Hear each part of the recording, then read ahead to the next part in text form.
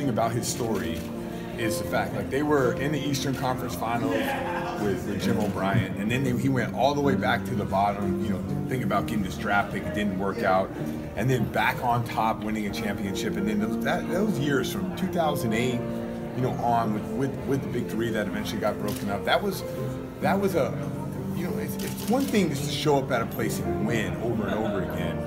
But for him to stay with the organization during that time, to like reboot, to go out there and get, you know, Ray Allen, Kevin Garnett, and change his whole culture, I think it means a lot for him, and to see this thing full circle. When things were bad, if he would have been gone, I mean, just think of how different, you know, the Celtics organization would be. Not winning the championship, a lot of things could have changed, but him sticking with it, you got to give him a lot of credit for that. And I think this is an accumulation of all that. When you talk about change, Scal, how much do you think the fact that he was able to win a title in this city kind of changed the narrative on his legacy as a Boston Celtic? Yeah, you know what?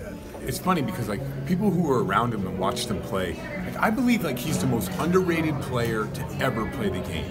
You know, like, I just feel he outside of Boston didn't get the credit that he deserved as a great player. You know, you watch him, he wins the MVP of the finals. It's always the big games that he steps up, the big times where you need to make a shot. Things that really stood out to me when he was a player. When the possession went bad, and typically in the NBA possessions go bad, his ability to, like, push everything aside and get a good shot during that possession, that is hard to do, because typically, whether it's superstars, they're creatures of habit. With Paul, the more chaotic, the more he would focus on. It's almost like the game goes in slow motion for him. And those are the type of plays that are the difference between winning a championship and not. And I think those are the type of plays that cemented his legacy with that championship team. Small